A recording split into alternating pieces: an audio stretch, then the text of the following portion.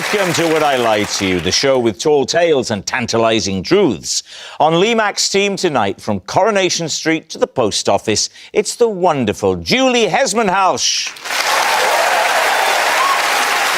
And she's a DJ, a presenter, a filmmaker. It's Yinka Bikini. And on David Mitchell's team tonight, will she be the last one laughing? It's comedian Harriet Kemsley. And stand up for Strictly champion Chris McCausland. So, to round one, Home Truths, where our panellists read out a statement from the card in front of them. To make things harder, they've never seen the card before, so they've no idea what they'll be faced with. It's up to the opposing team to sort the fact from the fiction. Julie, you're first up tonight. I once put on 2 stone in 3 months for an acting role, only for the project to get cancelled. Oh, David. What was the project? What was the role? So it was a Channel 5 drama, comedy drama, called Fatty and Thinny. It was very good, actually. It was a very good script, Yes. and the premise it of sounds it was... good. It sounds quite sophisticated. The premise was a sort of seaside postcard kind of couple, and so she was a sort of, like, big lady and he was a tiny little skinny man. What did you do to put on the weight? Well, it was amazing. It was the most wonderful few weeks of my life. I just ate whatever I wanted, and I have an insatiable appetite. Ice cream?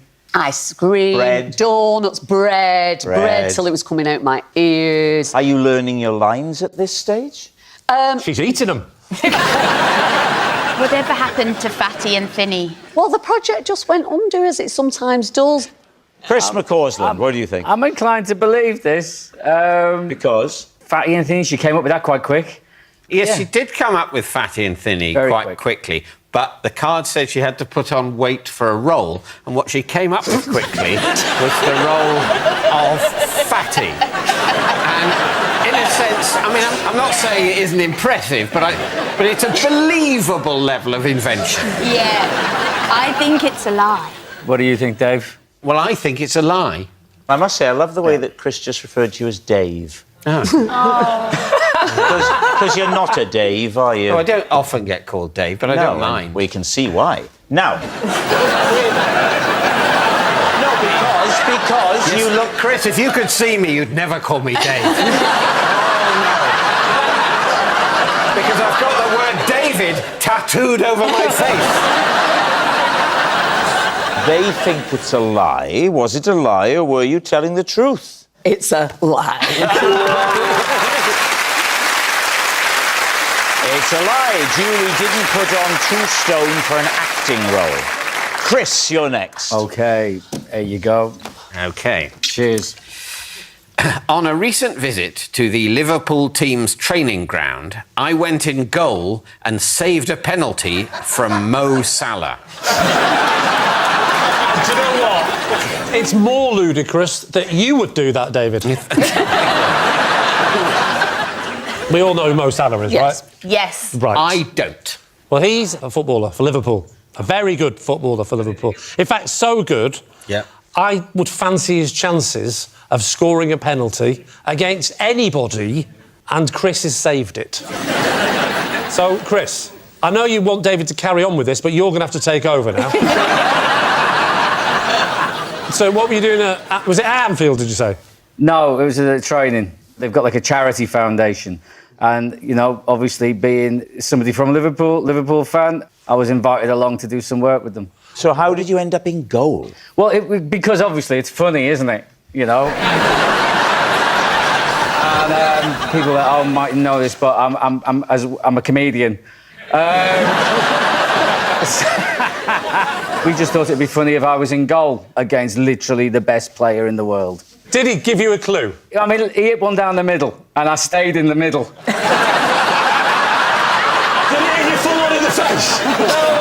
No. I kind of put my hands up, but I didn't move. You had no clue he was going to do that? We did a few penalties. Oh, And what on number penalty was this? 648. done? He took 5 penalties. One of them I stayed in the middle. And coincidentally, he hit it down the middle and I saved it. And did he score the other 4? Of course he did. He's Mo Salah. If this is false, that is so funny. You know when something's so funny that you can't laugh? That's what I tell myself on some gigs. So it's either true or he's a really good comedian. I think it's probably true. Right, Lee, what are you going to say as team I'm captain? torn here because he would definitely, particularly post-Strictly, be invited to the Liverpool training. Yeah. Definitely. What bit about this aren't you getting, though, Lee? What's not selling it for you? That bit where you said that you saved a penalty against Mo Salah. Come on, then. Time to go for your decision. You think it's true? True. Go on, we'll go true. They're saying it's true. Chris, was it true or was it a lie? Don't know where my buzzer is. Wait, we changed our minds. Let's have another go. It's a lie. Yes, it's a lie. Chris didn't save a penalty from Mo Salah. Harriet, you're next. I once broke up with someone because he wouldn't stop saying, "Get in," after accomplishing simple tasks. Please, team. How long were you with him for? 3 months. When did you notice the get in? When was the first time you noticed it? So he screwed up like some rubbish and then he threw it at a rubbish bin and then he went, "Get in!" And you obviously didn't pick him up on this straight away. You let No, it go. at first I was like, oh, that's endearing, you know? Like, he just really likes saying "get in." Right. So you said get in, but it already got it. Sorry, why are you getting involved? I'm just clarifying. He didn't say get in, as it were, to it, to get in. Well, it's not like golf where you go get in the hole. It's they do a thing, get in as in didn't I do well? It's very annoying, isn't it? It's got in, and then he says get in. You don't think it'd be more irritating to go, went in? Well, I don't know, but it would make more sense. Let me ask you, grammatically, did he get it in or did he got it in? He got it in, but did he got it in is not the right way of saying it. Precisely, so get in works very well. I think we should get on with it. Get in. Now, Harriet, give us some other examples of things he would do that would warrant a get in. Well, like, if he went outside and it wasn't raining, he'd go like, "Get in!" Even though he's just got out. Maybe it was a genuine, like, a worry for your welfare. And he was just going, get in. He did say, like, "Get in." Like, if you needed to get in the car, he'd say, "Get in." I mean, that's the thing to finish with him for. If you go to the car and he goes, get in. Then you really need to finish with him. Especially if he's just opened the boots. What was the final get in that broke your camel's back? It's a bit upsetting. He worried that he had had an accident. You mean in his pants? Yeah. And then he checked and he hadn't. He went, "Get in." Oh my God! Why did you finish with him? He sounds like a real catch.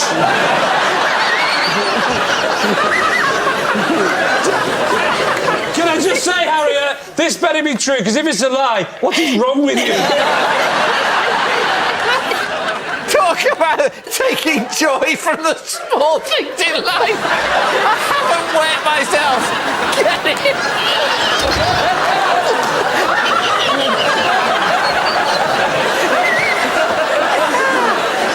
I can't do He this did it in anymore. front of you. All right, it's like something from Jane Austen. But is it true, Julie?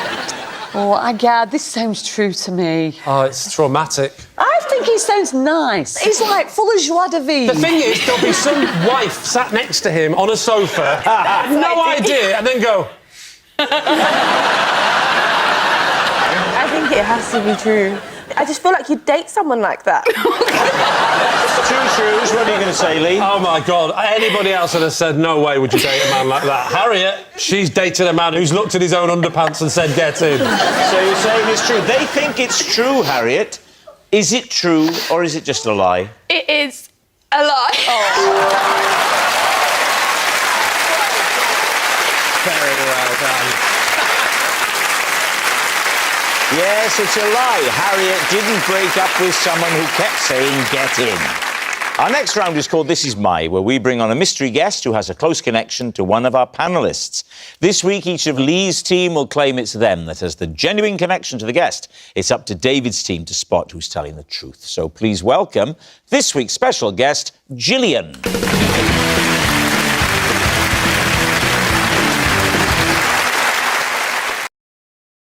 Hi, it's me here. I'm glad you're still watching up to this minute. If you enjoy and would like to treat me to a coffee, that would be great.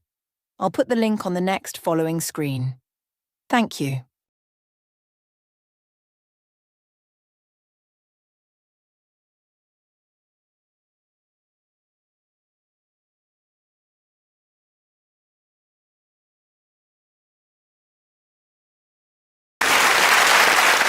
So, Yinka, what is Gillian to you?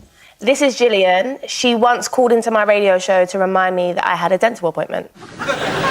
Julie, how do you know Gillian? This is Gillian when I was on Coronation Street. She had to walk me to the canteen hundreds of times because I could never remember the way. Now then, Lee, what's your relationship with Gillian? This is my wellness guru, Gillian. We once had a ding-dong when she said that I bonged her gong wrong. So there we have it. David's team, where will you begin? OK. So, Yinka, explain how this happened about the dentist appointment. So I used to do the breakfast show on Capital Extra. Yeah. Which He was... knows that. My number one listener over there, Dave.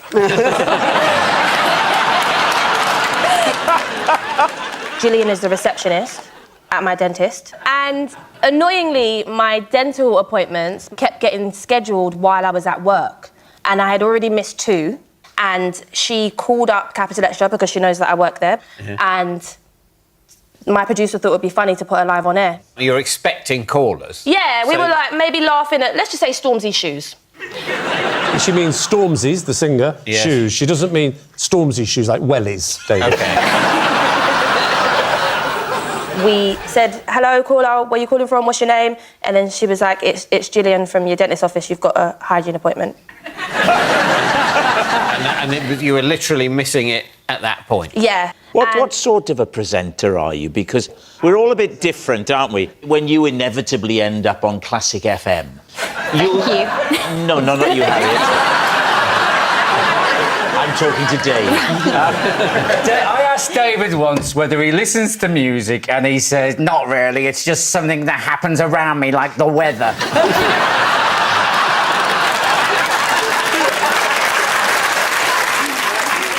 All right, so you have the conversation. Yeah, so I was like, have I missed my appointment? And she was like, yeah, it was at 9 o'clock. And I was like, oh gosh, I'm so sorry, can I rebook it? And then... Live on air. This is on air. OK. Why did you keep making appointments for when you were on the radio? Yes. I'm just really bad at that sort of stuff. When I was making that appointment, I just said yes. I was like, yeah, that's fine. And I wasn't really considering the time. And then, unluckily, it was both at a time you couldn't do and you never checked when it was. And that happened twice. So that very unlikely thing happened twice. It wasn't very unlikely, it's just what happened. It was very unlikely. No. But not impossible. I think one interesting thing is Gillian hasn't opened her mouth once. You do know she's not meant to talk. It would be a more weird look to go. Oh, she opened her mouth for a second there. But did you see teeth? She's got great teeth. But whether or not she had teeth, I mean... Oh, no, that would be relevant. I'm not sure if it would be an acceptable reason for officially denying employment, but the dental practice might think it was the wrong look. Here's the thing. Does Gillian look like the kind of person that would work in a dental surgery, David? She looks like the kind of person that would have a ding-dong if you bonged her gong wrong. David, who would you like to speak to We'll next? go with Julie next. OK. Julie, just remind us. Yes, so this is Gillian, and when I was in Corrie, she walked me to the canteen hundreds of times because I could never remember my way there. How far was the canteen from the set? Well, the set was in a different building to the canteen. So you'd have to leave Coronation Street, through a door, down a series of very labyrinthine corridors. Do you have a bad sense of direction? A very, very bad sense of direction. That was a wise answer at that point. Because if you'd gone, no, I'm brilliant, never have to show me twice, then someone would say that's canny. How long was you on Coronation Street for? 16 years. When did you leave? 2013. So what was Gillian's role on the show, other than showing you to lunch? Gillian is a makeup artist. When I first met her, she was a trainee, and then over my 16 years, she worked her way through the ranks. So you first met her 16 years from when you first began? Yes. So 16, add 12, it's 28. Yeah. 28 minus her age. Hang on, what? What you're saying is, if it's 16 years before 2013... If she started in 2013 and then it's 16 years before that, then this lady is older than she looks. No, that's true. She wasn't there for the whole time. Can you remember what year Gillian started? Possibly 2001. Okay, so then we've moved the one, and then it's 20. Why are you moving the one? I think it's simpler than you think. 24 years ago. 24 years ago, she'd need to be... At least what? 24. Do you think it couldn't be? No, she wouldn't have to be 24, she could be 20. But then she's a baby. What? not 20 now. If she was 20 now, she'd be -4 then.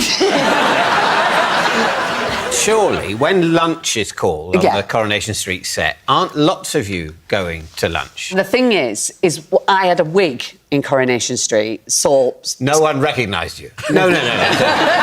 So I would go to the makeup room and take my wig off. Just for lunch? Yeah. No, she'd have a burger for lunch, not the wig. And when I came out, Gillian would be the one intercepting me. All right, now then, what about Lee? Yeah, no, that's not true. Lee, remind us of your claim. This is my wellness guru, Gillian.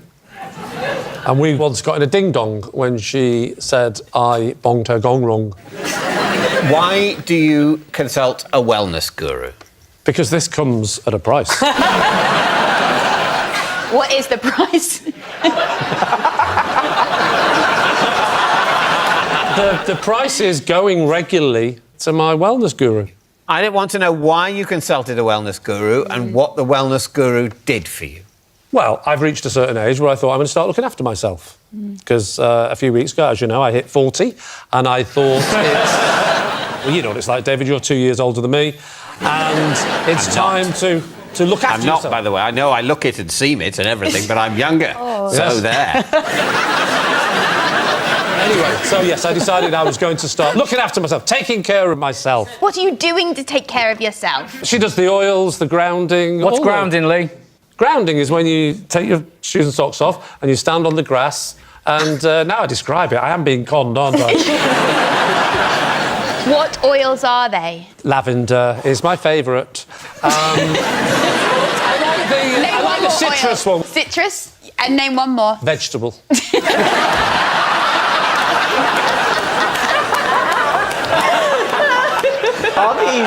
Are these solo lessons, Lee, or No, are they're you quite high up.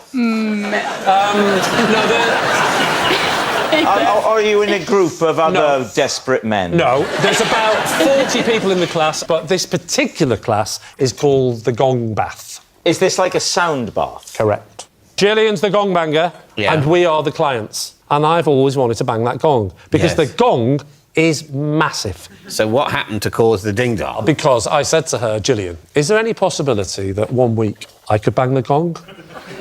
And Gillian said, why not? It was half an hour in, everyone was in a very meditative state. And she gives me the nudge, and I'm very precautious, aren't I? So I... Precautious? Yes. Right. Precautious? Do you mean just cautious? I think so. I was walking to her thinking, I better be cautious when I get there. Yeah. I was precautious.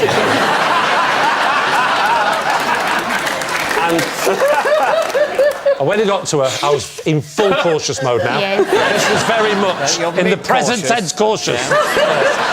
So I hit it. Boom. I hit it perfectly. Sweet spot, right in the middle. She's happy, and I give it one of those. Touch my hand on it, don't I? So it's gone. No. Boom. She's had a right ding-dong. But it was a whispered ding-dong because everyone was meditating. Oh, right. So, What are you doing? What are you doing? sorry, she said what you're doing, and you said, what are you doing? She is. Oh, she is. She's a wellness guru shouting at me in a whispered voice. I'd say that's cause for what are you doing? Idiot. You don't call me an idiot. We're people meditating. We're trying to be spiritual. You're a guru. And how was it resolved? When everyone went out, she said, I knew I shouldn't have let you have a go. And I said, well, you know, you did, and you need to calm down a bit if you're a spiritual guru. She said, I'm not, I'm a wellness guru. I said, yeah, sorry, I forgot what I read out. And she ended up getting me by my feet, swinging me around and using my head against the gong. All right, we need an answer. Is Gillian Yinka's phone-in friend, Julie's canteen companion, or Lee's peeved pal? I mean, what do you think about Lee's story? That's the most Lee's- recent one. It so has all the makings of a story in that it has words. Apart from that, I don't know if he is well. I mean, I can take it from anybody else. Of the other two, what are we thinking?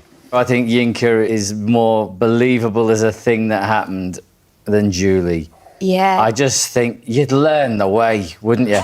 Or you'd start taking a sandwich. Why does she keep making appointments for the same time as she's on live radio? Yeah, but To the point where the receptionist has become so infuriated, she's rung in and told her live on air. She's only stood there now to tell her she's got an appointment this evening. What do you think? I don't know if she has teeth. Because I haven't seen them. Who do you think is telling the truth? Oh, I don't know about that. I'm going to give you a minute. Chris, do you think it's Yinka? Is well, that right? do you know what? There was about 2/3 of the way through Lee's where I was thinking, I can't believe I'm believing Lee here.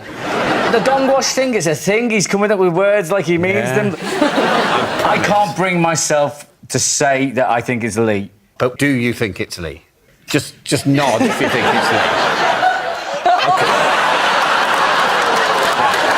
Chris thinks it's Lee, Yeah. so this is unprecedented territory. Well, now I'm wondering if it is Lee. OK, we'll go Lee. You serious? Sorry, what do you mean? Are you serious? You said you thought it was Lee. I'm agreeing with you. Could they all know the same woman?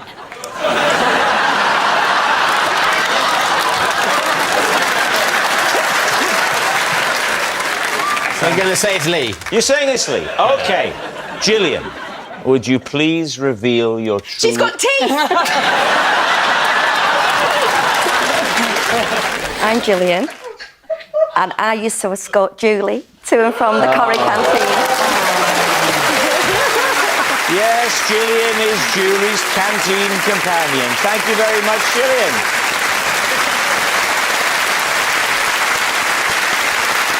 Which brings us to our final round, quick-fire lies. We start with... It's David. Recently, at mealtimes, I've been getting more pleasure than I should from pretending to have finished my pudding. Then, when Victoria finishes hers, I can reveal I still have a lot of mine left. These two. The last time you did this, what was the pudding? It was rice pudding, actually. How are you hiding the rice pudding? We quite often have dinner watching telly. Yeah? And I just put it on the table next to me. It's obscured by a bit of the sofa. You right? Let's imagine, David, for a second, Yes. that Harriet is Victoria. OK. Show me how you pull the wool over her eyes. We actually sit the other way round. All right, go on then, let's make it real. I'll be you and you be... No, Harriet, no use to us whatsoever. Okay. Just change seats. Change seats, We should okay. change seats. Yes. I changed seats here because it would be easier for me to, make it up. I mean, Well, maybe we'll take the long way round. just do go through there. Just what are you doing? This is a much better option than having to pretend that I'm Victoria, David. So Okay, there we So go. there you are. yeah. Now, what are you having tonight? So I've never sat here in 19 years. It's Haha, I'm the leader now. What are you having this evening? First of all, the pudding. What's on the telly? let's say on the telly, it's like something with a murder, like Morse. or Poirot. Love a Poirot. If you watch a Poirot and the money they've got just for period vehicles, it's amazing. Anyway, I'm going to say what we're having is like cheesecakey things, but it's in a kind of ramekin. Of course. That's useful. Pudding every night? No, 2 puddings most nights. But this is a 1 pudding night. Okay. I've had, let's say, 60% of the pudding. You'd be eating yours as well, please. Thank you. And then I've just, watching the Poirot, I just pop it on the table there. There's a lamp there as well. So, Victoria, Harriet, Yes. you finished yours now. Oh, you scraped it, there we lovely. are. So nice we finished together. And then you gaze across.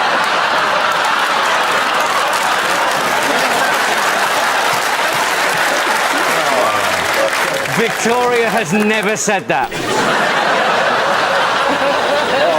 David, I'm sorry. This isn't nice. Now then, at what point do you reach across and play your joker? I just bring it back. What? I know. Because it's a law of economics, isn't it? That I wait for an economic environment of greater scarcity of a certain commodity, and therefore its value is elevated. So what I'm eating is, by definition, better than what was eaten earlier. And is this what you say to her in the moment?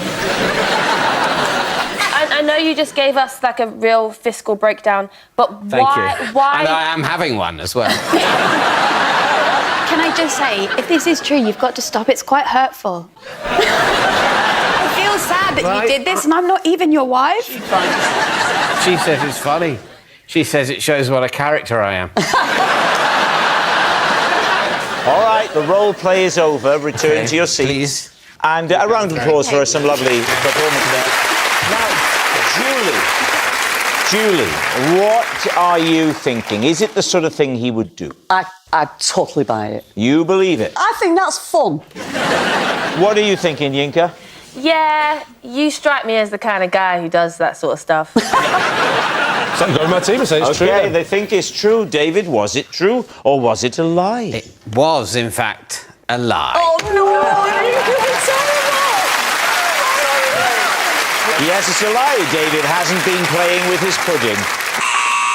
And that noise signals time is up. It's the end of the show. I can reveal that David's team has won by 4 points to 1. Oh, yes! That's us. Sorry. Thanks for watching. We'll see you next time. Good night.